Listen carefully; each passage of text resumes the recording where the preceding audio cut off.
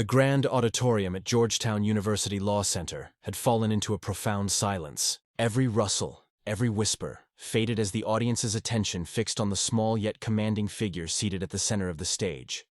Justice Ruth Bader Ginsburg. Though her body had grown frail with age and years of illness, her presence radiated authority. Her posture remained upright, her sharp eyes steady and alert, glowing beneath the soft stage light.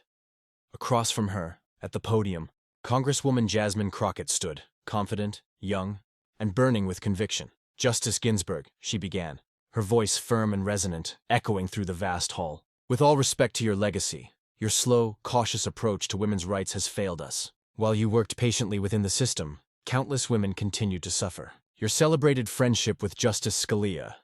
That's part of the problem with our politics today. Compromise with those who attack our basic rights isn't justice. It's surrender." A collective gasp rippled through the hall. Students traded stunned looks. Professors shifted uneasily in their seats. Was a sitting congresswoman truly confronting the legendary notorious RBG to her face? The 87-year-old justice said nothing at first. Calmly, she removed her glasses and set them down on the table before her. Her expression remained composed, yet those who knew her best saw the faint tightening of her jaw, a rare sign of irritation. What happened next would not only leave the room speechless, but would soon ripple across the nation, a defining exchange between two women who represented entirely different visions of justice. But before we delve into that unforgettable moment, one that scholars and commentators would analyze for years to come, don't forget to subscribe and turn on notifications. This isn't just a debate, it's a clash of philosophies, a lesson in conviction, courage, and the cost of change. The Georgetown Law Symposium on Women and the Constitution had been planned as a celebration of Ginsburg's extraordinary career. For over 6 decades, from her early battles as a law student confronting gender discrimination, to her pioneering work with the ACLU Women's Rights Project, and later her historic tenure on the U.S. Supreme Court, Ruth Bader Ginsburg had dismantled barriers one case at a time. By 87, she had become more than a jurist. She was a cultural icon. Her likeness adorned coffee mugs and t-shirts. Her workout routines were immortalized in books. The lace collar she wore on days of dissent became a symbol of resistance. Generations of young women admired her methodical, relentless march toward equality, building precedent upon precedent, step by step. Yet, not everyone agreed her cautious path was still suited for today's turbulent political climate. Critics argued that she should have retired during the Obama administration, when a liberal successor could have preserved her legacy. Others accused her of being too collegial, pointing to her famous friendship with the staunch conservative Justice Antonin Scalia, a relationship that, to some, symbolized dangerous complacency. Justice Ginsburg rarely addressed such criticisms directly. Her approach had always been deliberate. She chose words like she chose cases, with surgical precision. She believed persuasion, not confrontation, was the surest path to lasting reform. Congresswoman Jasmine Crockett, however, lived by the opposite creed. At 42, the outspoken Democrat from Texas had built a reputation for fearlessness. A former civil rights attorney who defended Black Lives Matter activists, she was fiery, unyielding, and known for her viral speeches that left even senior lawmakers stunned. For her, compromise was weakness, and injustice demanded confrontation. The symposium, originally intended as a bridge between 2 generations of feminism, Ginsburg's careful, strategic advocacy and Crockett's bold, activist urgency, was now on the verge of becoming a battlefield. Professor Elena Kagan, then still teaching at Georgetown before her Supreme Court appointment, had urged participants to keep the discussion academic and focused on legal strategy, not personalities. But from the moment Crockett began, it was clear she had other plans. This was more than a debate between 2 women. It was the collision of 2 eras, a question that has haunted every movement for progress. Should change come through gradual reform or uncompromising demand? The packed hall, students, scholars, judges, and reporters, understood they were witnessing something historic. Crockett leaned forward at the podium, her tone sharp and deliberate. "Let me be clear," she said. "Your so-called strategy of reaching across the aisle has only empowered those dismantling our rights piece by piece." She lifted a sheet of paper, her voice rising. "Your friendship with Justice Scalia legitimized his harmful ideology. Here, a list of his votes, against women's rights, against LGBTQ rights, against voting rights. These weren't theoretical. They hurt real people. Yet you still called him your friend, even attended the opera with him. The moderator, a visibly tense Georgetown professor, leaned toward the microphone. Congresswoman, perhaps we could turn to the legal substance. This is the substance, Crockett interrupted. When we treat those who deny our equality as simply colleagues with different views, we normalize their oppression. Justice Ginsburg's step-by-step method may have worked in the 1970s, but today our rights are being stripped faster than we can defend them. Her words hung heavy. Then she added, and let's be honest, your refusal to retire during President Obama's term was a gamble that risked everything you fought for. You endangered millions by not letting go of power. Gasps. A woman in the front row, a senior judge, shook her head disapprovingly. Still, Crockett pressed on. And then there's Shelby County versus Holder, she continued, voice brimming with intensity. That decision gutted the Voting Rights Act. And you authored the opinion. The audience buzzed, shocked murmurs rippling across the hall. Someone called out, "You have the wrong justice, Congresswoman." Ginsburg, in fact, had written the dissent, not the majority opinion. Crockett paused only for a heartbeat before recovering. My larger point stands, she said. Polite collegiality hasn't stopped civil rights from being torn apart. You once said women belong in every room where decisions are made. I agree. But when those decisions harm us, politeness isn't virtue. It's complicity. Incremental progress is a privilege that women of color and working-class women simply don't have. The tension was electric. Younger students, who had grown up idolizing RBG, now sat conflicted, torn between admiration and uneasy agreement. Older jurists looked furious, viewing Crockett's words as disrespect to a legend. Through it all, Justice Ginsburg remained motionless. Her calm was almost eerie. Decades of facing prejudice, of keeping composure under pressure, showed in her stillness. The moderator tried again, voice trembling slightly. Perhaps we should take questions from the audience. I have one last point, Crockett cut in, refusing to yield. Your dissents, Justice Ginsburg, and eloquent as they are just that. Dissents. They carry no legal power. They've been printed on tote bags and posters, but they don't protect anyone. Women need more than beautiful words. We need action. Finally, Crockett stopped. The room was utterly silent. The moderator exhaled, turning to the justice. Justice Ginsburg, would you care to respond? All eyes turned toward the small woman sitting at the table. Some expected a gentle, diplomatic reply. Others thought she might decline entirely. But instead, Ginsburg leaned toward the microphone. Her voice was soft, deliberate, carrying the faint trace of her Brooklyn accent. I would be glad to respond to the Congresswoman's concerns, she said. Debate, after all, is the heart of democracy. She folded her hands neatly, the light catching her famous dissent collar. What we have here, she continued, is a profound disagreement about how real, lasting change takes root within a constitutional system. This debate isn't new. It has lived in every struggle for equality. The audience leaned forward, captivated. One of the sharpest legal minds in American history was about to defend not just her own choices, but an entire philosophy of justice. Justice Ginsburg took a sip of water, every motion measured. Silence deepened, and when she spoke again, her voice, quiet but firm, carried the same power she had once wielded in a courtroom full of men who tried to speak over her. Congresswoman Crockett argues that my approach to advancing women's rights is too slow, too patient, too willing to compromise. She points to my friendship with Justice Scalia as proof of weakness rather than strength, as if respect and civility erase principle. At that moment, she reached for a slim folder from the table beside her, something no one had noticed until now. If I may, she said, let me begin with a brief history lesson. When I first began challenging gender discrimination in the 1970s, Justice Ginsburg said softly, opening a folder of notes, "The law was stacked firmly against women. A woman could legally be fired simply for being pregnant. Banks were free to deny credit cards to unmarried women. Public universities could openly reject applicants because of their gender. And in most states, marital rape was not considered a crime." She glanced toward Crockett, her gaze steady. I chose to fight that system step by step, case by case. Not because I lacked courage or conviction, but because I understood how precedent shapes our law. Every victory becomes the foundation for the next. Looking directly at the Congresswoman, her voice gained strength. You describe these as small ornament steps. Let me remind you of Sally Reed.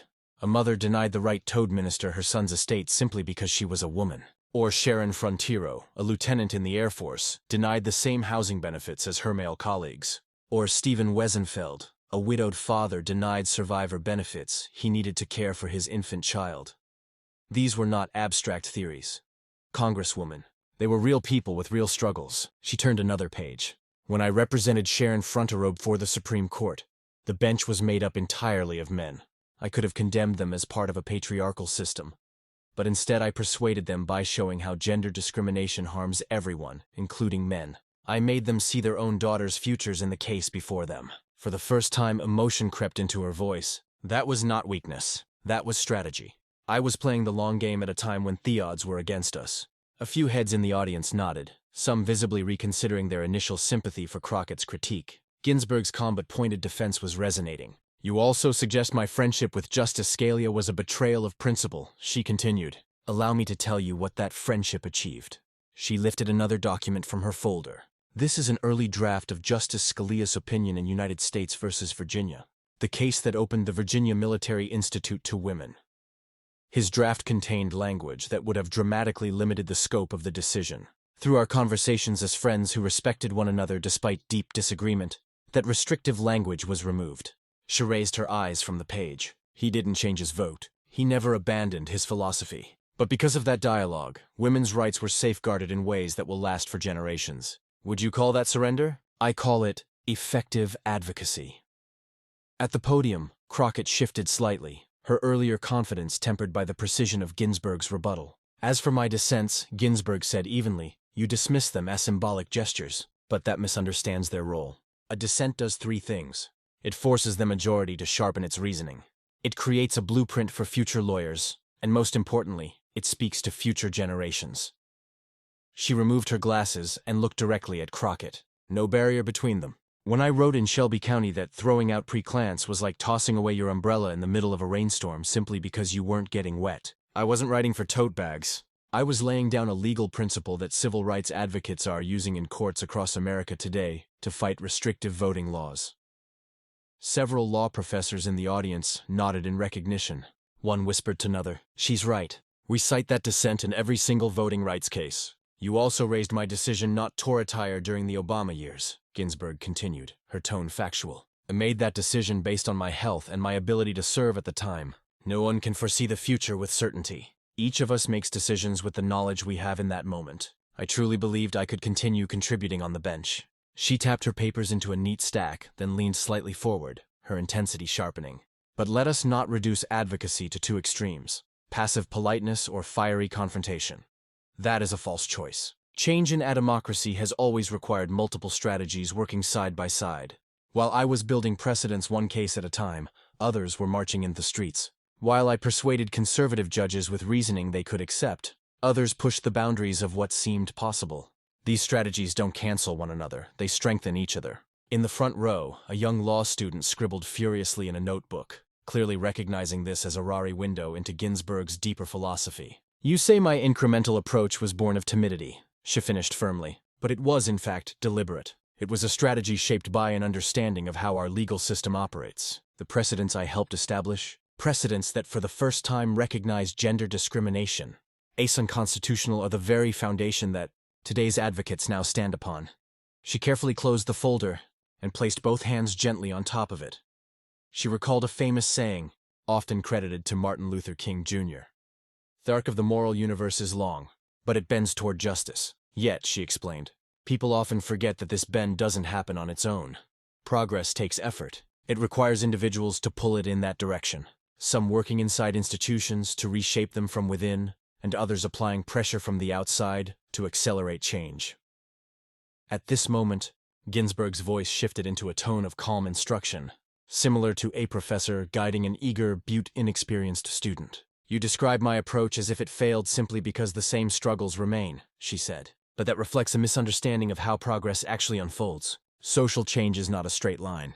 It rises and falls in waves with victories and setbacks. She motioned toward the portraits of legal pioneers displayed across the auditorium's walls. Thud Marshall's carefully planned litigation strategy didn't fail just because racism persists. Susan B. Anoni's lifelong activism wasn't wasted because women still face bias. The fact that these battles continue doesn't invalidate earlier. Progressive proves how hard the work is, and how many generations must persist to keep advancing it. Her features softened slightly as she addressed another point.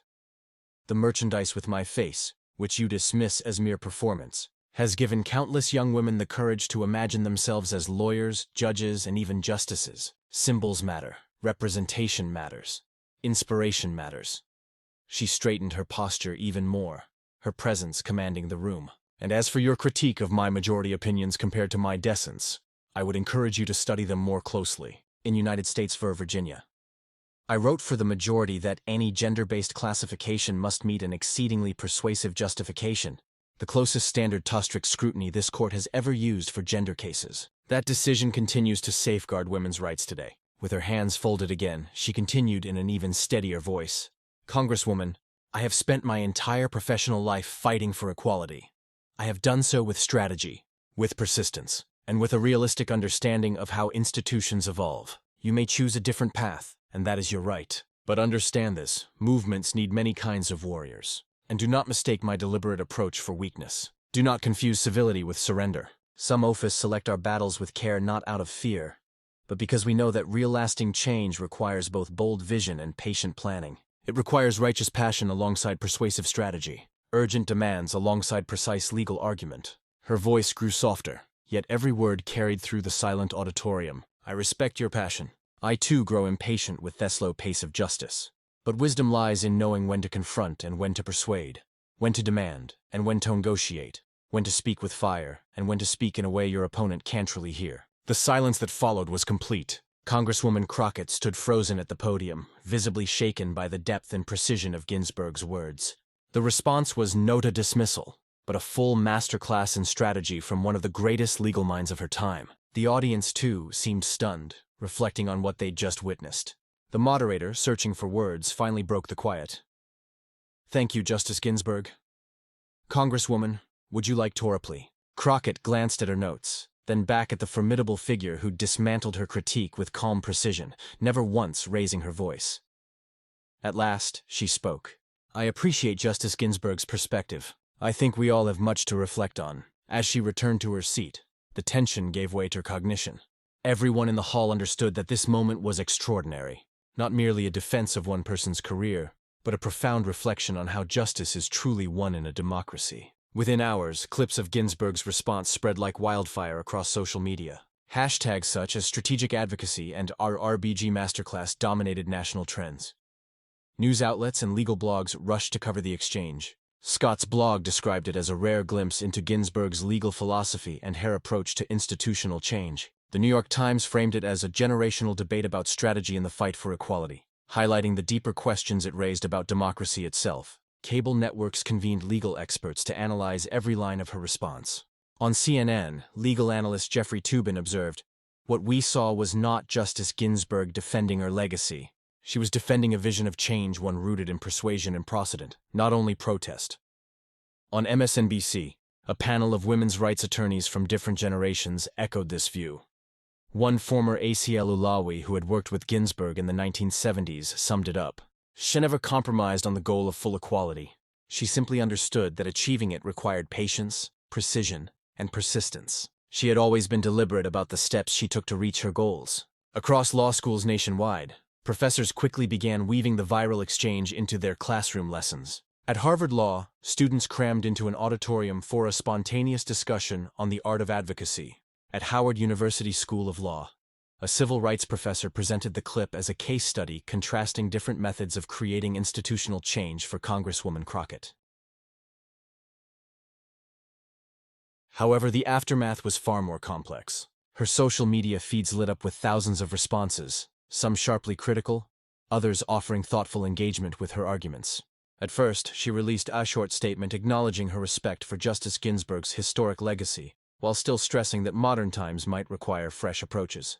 3 days later, she published a longer reflection in The Atlantic. My exchange with Justice Ginsburg has forced me to think more deeply about how different kinds of advocacy work together, she wrote. I still believe we need fearless, uncompromising voices calling for immediate change, but I now have a deeper appreciation for the strategic legal groundwork that makes such demands possible. The most powerful reactions came not from politicians or media outlets, but from young attorneys and activists. Many of them had long felt torn between Ginsburg's careful incremental approach and Crockett's fiery calls for direct confrontation. On blogs and social media, they debated how real progress is achieved through patient institution building or through disruptive demands for justice. Maybe the truth is that we need both, one young public defender wrote in a widely shared post. We need the RBGs laying down legal precedents, and we need the activists in the streets pushing for faster change. These aren't competing strategies, they are complementary ones. 1 week after the symposium, Justice Ginsburg joined NPR's Ninja Totenberg for an interview. When asked about the public confrontation, she replied calmly, "The Congresswoman raised important questions that deserve reflection. Each generation must discover its own path in the fight for equality. My generation laid certain foundations, but it is up to the next generation to decide how to build on them." When pressed about whether she felt offended by such direct criticism, Ginsburg smiled. "In my career, I was told I didn't belong in law school because I was taking a man's seat. I was denied clerkships despite being at the top of my class. I was paid less than male colleagues doing the same work. Compared to those experiences, respectful criticism of my judicial philosophy is hardly something that troubles me." Therapal effects extended far beyond the viral moment. Law schools began reporting heightened student interest in courses about civil rights litigation and strategic advocacy. Georgetown Law Even launched an annual lecture series called Multiple Paths to Justice, inviting advocates from diverse backgrounds to share how they pursued social change. 6 months later, Justice Ginsburg announced her retirement due to health concerns. In her statement, she directly referenced the Georgetown Exchange. The discussion about how best to advance equality must never stop. Each generation builds upon the work of those before them, sometimes by continuing the same journey, sometimes by forging a new one. At her final public appearance before stepping down, she was asked what advice she would give to young activists frustrated by slow progress. Her words seemed aimed not just at them, but at Congresswoman Crockett as well. "Fight for the things you care about, but do so in ways that bring others with you. Understand that meaningful change is rarely immediate. Be strategic, be patient, and remember, sometimes the most revolutionary act is not tearing down institutions, but reshaping them from within." 3 years later, Congresswoman Crockett carried forward that lesson when she introduced a bill to expand voting rights protections. During the floor debate, she directly invoked Justice Ginsburg's famous dissent in Shelby County v. Holder, quoting the justice's warning about throwing away umbrellas in the middle of a rainstorm. When the bill passed with bipartisan support, Crockett acknowledged that it rested on the legal foundation laid by Ginsburg and earlier civil rights champions, who proved that real progress requires both vision and careful strategy. The Georgetown Law Symposium became far more than a viral debate between two influential women with different tactics. It evolved into a case study of how social movements grow, how varied approaches strengthen one another, and how dialogue across generations, even when tense, can ultimately deepen the fight for justice. As one constitutional scholar summarized, the Ginsburg-Crockett exchange was never about one side being right and the other wrong. It was about recognizing that the path to justice always requires both architects who patiently build, brick by brick, and visionaries who demand we move faster. The tension between them is not weakness. It is the engine of progress itself. Thank you for watching our full analysis of this historic conversation between Justice Ruth Bader Ginsburg and Congresswoman Jasmine Crockett. If you found this breakdown meaningful, please like this video and subscribe to our channel for more in-depth legal and political analysis. Share it with others who care about equality, and let us know your thoughts in the comments. Do you believe change happens more effectively through patient strategy, bold confrontation, or both working together? Your perspective helps keep this vital conversation alive.